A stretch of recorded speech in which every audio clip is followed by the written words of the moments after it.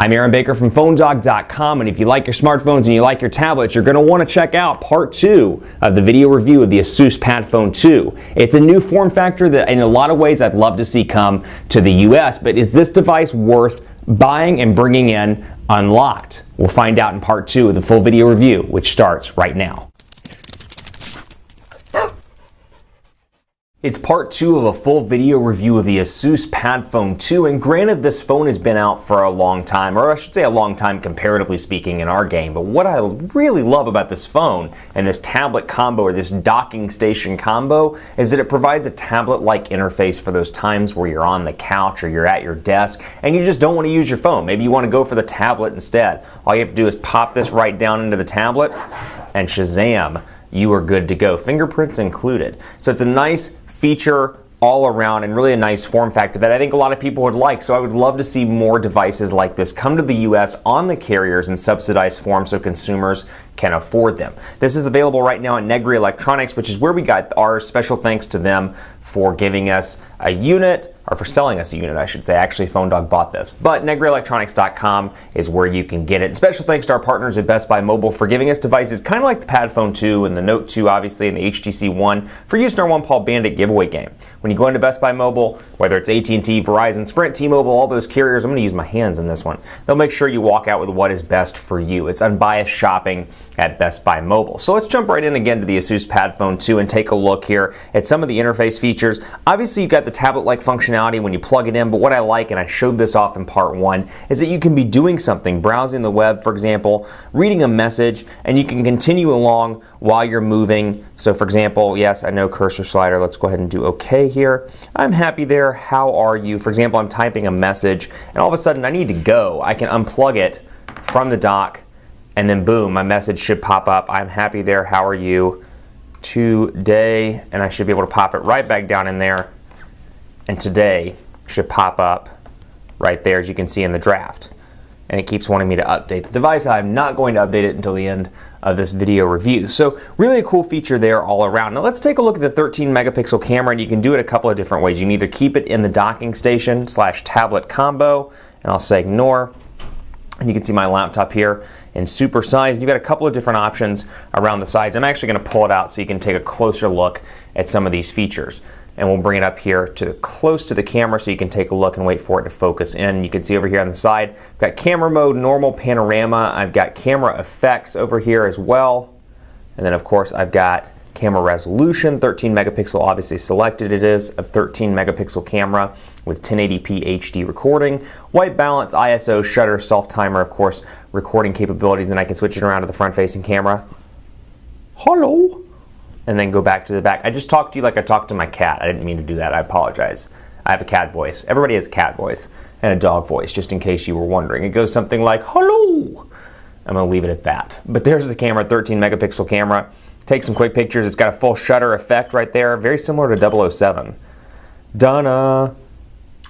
Oh well, sounds like 007. That was not really a great 007 impersonation, but again, moving on. 13 megapixel camera, you can see it focuses really nicely on the crease in the HTC One case here, using that as an example. Let's see if we can get it focused in on the text. And overall, really, I'm impressed with the image all around. Image quality appears to be good. And snap that. And let's see what they look like in the gallery. And bring it up. Yes, I know, good Lord.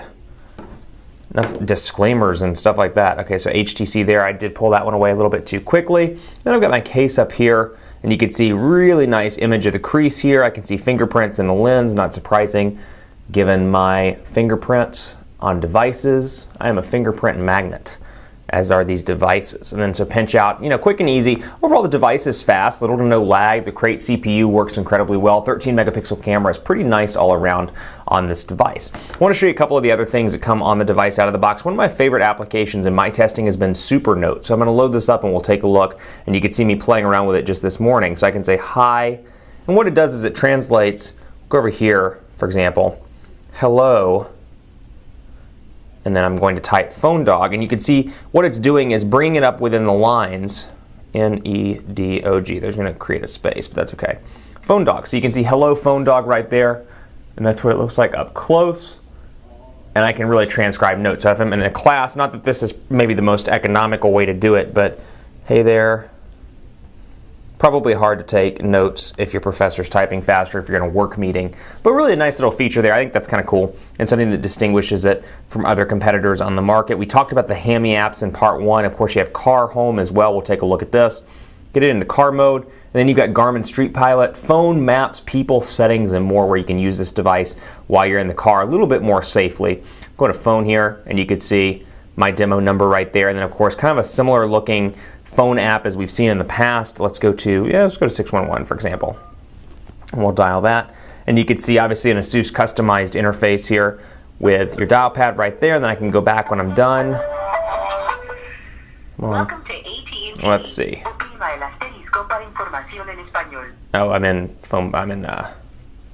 let's go ahead and exit out of that. Get out of driving mode so I can actually access this. Speaker right there, which is cool though, because driving mode will give you the speaker functionality, makes it much better and keeps you hands-free while you're driving, doing the most important thing you need to be doing, and that is driving. So, cool little feature right there. Again, I talked about this in part 1. It's been on Edge the entire time. This does support HSDPA on AT&T and on T-Mobile, so not quite sure why it's sticking in Edge. APNs look good. It's running the APN and AT&T, actually the old singular APN, which works fine for HSDPA, so not quite sure why that's not popping up. But again, similar functionality here with Gmail that you would expect from an Android device.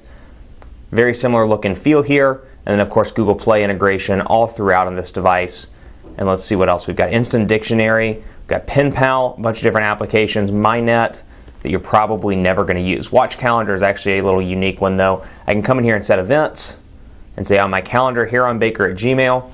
Just a nice little alternative to the stock calendar application that comes out of the box. So overall, really impressed with this, but it's not necessarily the phone that I'm impressed with. The specs are a little bit on the older side, comparatively speaking, in our industry. I love this form factor. I think it's something that really OEMs should adopt or look into adopting. Samsung, HTC, Motorola, whoever the case may be. Obviously, you see a little bit of lag from time to time on this device. I'd love to see a form factor like this because I think there's a great use case, particularly with maybe the Galaxy Note line of devices or Motorola's Droid Zyborg line of devices, where you could take a Droid device, whatever the case may be, on Motorola or a Note device, Galaxy Note device, pop it down into your tablet, and you could be good to go with a dual functionality, a dual setup where when you get home, pop it down on the tablet, and you'd be good to go. Overall, I like this device. I think it's way too pricey at 800 bucks. I would never buy this device, even unlocked, but if it ever came to the US and subsidized, I'd certainly consider it. This is an older one. You can see it's a little bit laggy. It's not optimized for US markets, but with this form factor, I would love to see it come to the nation's largest wireless carriers. Keep it locked on PhoneDog.com for continuing coverage of the ASUS PadFone 2. Let me know what you think of this form factor, this review. Just stop in and say hello on Twitter at PhoneDog_Aaron, Facebook, Facebook.com/Hi Aaron Baker. Thanks so much for watching. More to come on the ASUS PadFone 2 on PhoneDog.com. I'll see you next time.